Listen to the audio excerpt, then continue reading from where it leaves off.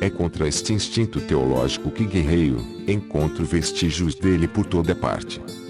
Todo aquele que possui sangue teológico em suas veias é cínico e desonrado em todas as coisas. Ao patos que se desenvolve dessa condição denomina-se fé, em outras palavras, fechar os olhos ante si mesmo de uma vez por todas para evitar o sofrimento causado pela visão de uma falsidade incurável.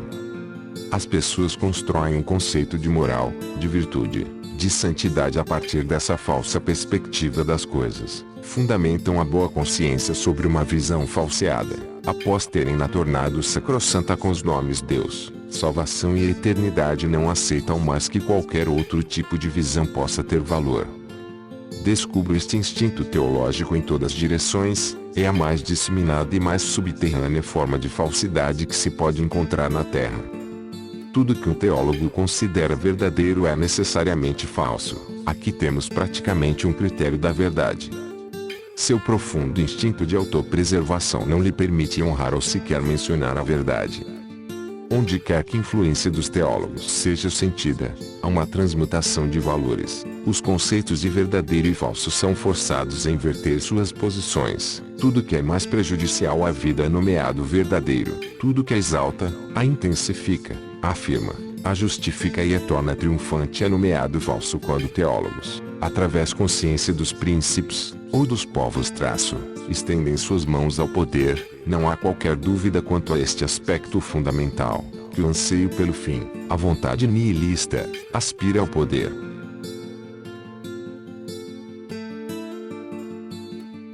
Entre os alemães sou imediatamente compreendido quando digo que o sangue teológico é a ruína da filosofia. O pastor protestante é o avô da filosofia alemã. O protestantismo em seu peccatum originale. Definição do protestantismo: paralisia hemiplégica do cristianismo e da razão. Precisa-se apenas pronunciar as palavras escola de Tübingen para compreender o que é, no fundo, a filosofia alemã, uma forma muito astuta de teologia. Os suevos são os melhores mentirosos da Alemanha, mentem com inocência. Qual o porquê de toda a alegria que se estendeu pelo universo erudito da Alemanha, que é formado em 3/4 por filhos de pastores e professores, com o aparecimento de Kant? Porque ainda ecoa na convicção alemã que com Kant houve uma mudança para o melhor.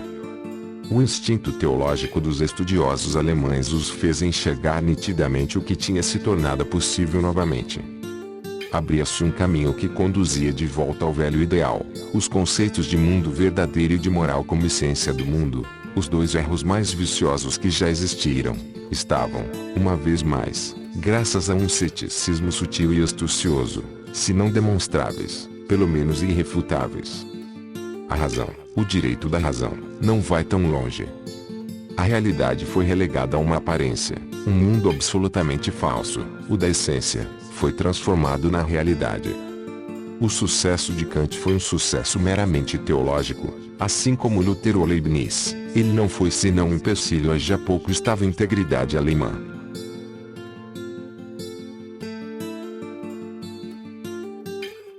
A concepção cristã de Deus, Deus o como protetor dos doentes, o Deus que tece teias de aranha, o Deus na forma de espírito, é uma das concepções mais corruptas que jamais apareceram no mundo. Provavelmente representa o nível mais ínfero da declinante evolução do tipo divino. Um Deus que se degenerou em uma contradição da vida. Em vez de ser sua própria glória e eterna afirmação. Nele declara-se guerra à vida, à natureza, à vontade de viver.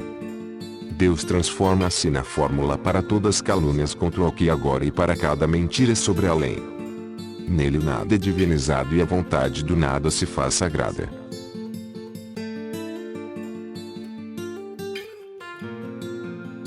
Onde quer que, por qualquer forma, a vontade de poder comece a enfraquecer, haverá sempre um declínio fisiológico concomitante, uma decadência. A divindade dessa decadência, despida de suas virtudes e paixões masculinas, é convertida forçosamente em um Deus dos fisiologicamente degradados, dos fracos. Obviamente, eles não se denominam os fracos, denominam-se os bons. Nenhuma explicação é necessária para se entender em quais momentos da história a ficção dualista de um Deus bom e um Deus mau se tornou possível pela primeira vez. O mesmo instinto que leva os inferiores a reduzir seu próprio Deus à bondade em si também os leva a eliminar todas as qualidades do Deus daqueles que lhes são superiores, vingam-se demonizando o Deus de seus dominadores. O bom Deus, assim como o diabo, ambos são frutos da decadência. Como podemos ser tão tolerantes com o simplismo dos teólogos cristãos, aceitando sua doutrina de que a evolução do conceito de Deus a partir do Deus de Israel, o Deus de um povo, ao Deus cristão, a essência de toda a bondade, significa um progresso? Mas até Renan fez. Como se Renan tivesse o direito ao simplismo. O contrário, na realidade, é o que se faz ver. Quando tudo que é necessário à vida ascendente, quando tudo que é forte, corajoso, imperioso e orgulhoso foi amputado do conceito de Deus, quando se degenerou progressivamente até tornar-se uma bengala para os cansados, uma tábua de salvação aos que se afogam, quando vir o Deus dos pobres, o Deus dos pecadores, o Deus dos incapazes par excelência, e o atributo de Salvador ou Redentor continua como o atributo mais essencial da divindade, qual é a significância de tal metamorfose? O que implica tal redução do divino? Sem dúvida, com isso o reino de Deus cresceu. Antigamente, tinha somente seu povo, seus escolhidos. Mas desde então saiu perambulando, assim como seu próprio povo, a territórios estrangeiros, desistiu de acomodar-se, e finalmente passou a sentir-se em casa em qualquer lugar.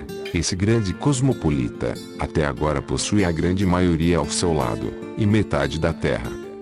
Mas esse Deus da grande maioria, esse democrata entre os deuses, não se tornou um Deus pagão orgulhoso. Pelo contrário, continua um judeu, continua um Deus das esquinas, um Deus de todos os recantos e gretas, de todos os lugares insalubres do mundo. Seu reino na terra, agora, assim como sempre, é um reino do submundo, um reino subterrâneo, um reino gueto. Ele mesmo é tão pálido, tão fraco, tão decadente. Até o mais pálido entre os pálidos é capaz de dominá-lo, os senhores metafísicos, os albinos do intelecto. Esses teceram teias ao seu redor por tanto tempo que finalmente o hipnotizaram, o transformaram em aranha, em mais um metafísico. E então retornou mais uma vez ao seu velho serviço de tecer o mundo a partir de sua natureza interior subespécie Spinozae. Após isso se transformou em algo cada vez mais tênue e pálido, tornou-se o ideal, o puro espírito, o absoluto, a coisa em si. O colapso de um Deus, ele converte-se na coisa em si.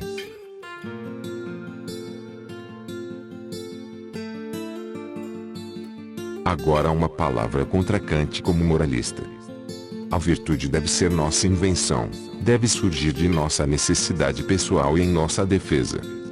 Em qualquer outro caso é fonte de perigo. Tudo que não pertence à vida representa uma ameaça a ela. Uma virtude nascida simplesmente do respeito ao conceito de virtude, como Kant a desejava, é perniciosa. A virtude, o dever, o bem em si, a bondade fundamentada na impessoalidade ou na noção de validez universal, são todas quimeras, e nelas apenas encontra-se a expressão da decadência, o último colapso vital, o espírito chinês de Königsberg.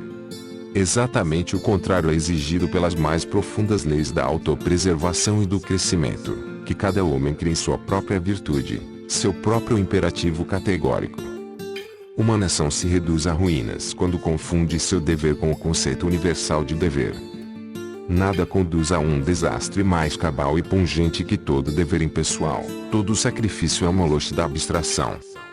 E imaginar que ninguém pensou no imperativo categórico de Kant como algo perigoso à vida. Somente o instinto teológico tomou sob sua proteção. Uma ação suscitada pelo instinto vital prova estar correta pela quantidade de prazer que gera, e ainda assim esse nihilista, com suas vísceras de dogmatismo cristão, considerava o prazer como uma objeção. O que destrói um homem mais rapidamente que trabalhar, pensar e sentir sem uma necessidade interna, sem um profundo desejo pessoal, sem prazer, como um mero automato do dever. Essa é tanto uma receita para a decadência quanto para a idiotice. Kant tornou-se um idiota. E ele era contemporâneo de Goethe. Este calamitoso fendeiro de teias de aranha foi reputado o filósofo alemão par excelência, e continua a sê-lo. Abstenho-me de dizer o que penso dos alemães, Kant não viu na Revolução Francesa a transformação do estado da forma inorgânica para a orgânica. Não perguntou a si mesmo se havia algum evento que não poderia ser explicado exceto através de uma disposição moral no homem, para que, fundamentada nisso, a tendência da humanidade ao bem pudesse ser explicada de uma vez por todas. Resposta de Kant: isso é a revolução. O instinto que engana sobre tudo e qualquer coisa, o instinto como revolta contra a natureza, a decadência alemã em forma de filosofia, isso é Kant.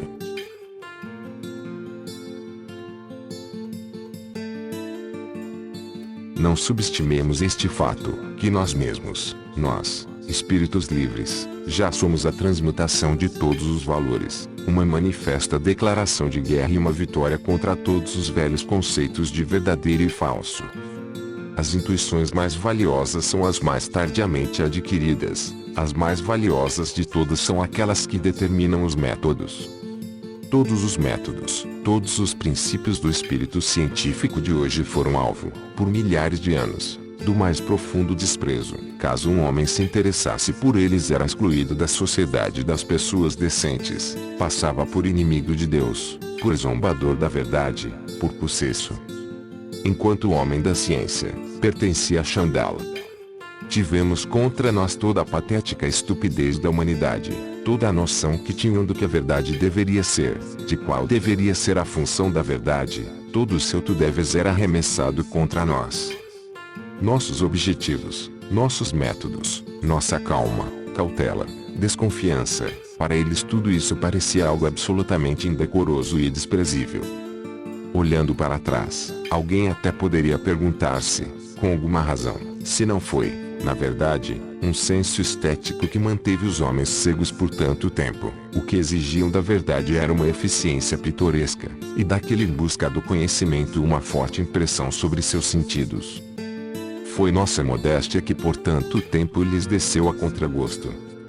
Quão bem o adivinharam, esses pavões da divindade.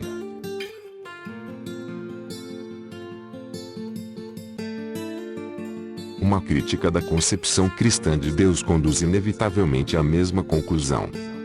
Uma nação que ainda acredita em si mesma possui seu próprio Deus. Nele são honradas as condições que a possibilitam sobreviver, suas virtudes, projeta o prazer que possui em si mesma, seu sentimento de poder, em um ser ao qual pode agradecer por isso.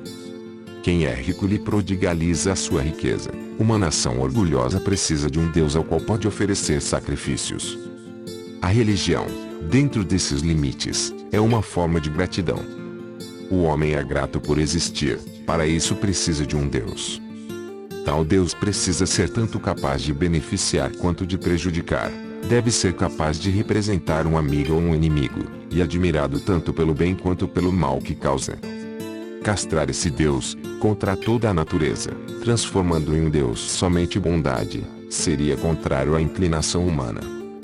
A humanidade necessita igualmente de um Deus mau e de um Deus bom, não deve agradecer por sua própria existência a mera tolerância e a filantropia. Qual seria o valor de um Deus que desconhecesse o ódio, a vingança, a inveja, o desprezo, a astúcia, a violência? Que talvez nem sequer tenha experimentado os arrebatadores ardores da vitória e da destruição. Ninguém entenderia tal Deus, porque alguém o desejaria. Sem dúvida, quando uma nação está em declínio, quando sente que a crença em seu próprio futuro, sua esperança de liberdade estão se esvaindo, quando começa a enxergar a submissão como primeira necessidade e como medida de autopreservação, então precisa também modificar seu Deus.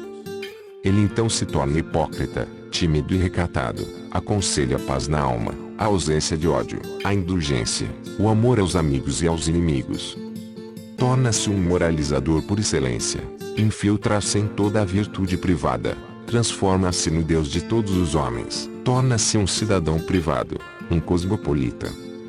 Noutros tempos representava um povo, a força de um povo, tudo que em suas almas havia de agressivo e sequioso de poder, agora é simplesmente o bom Deus.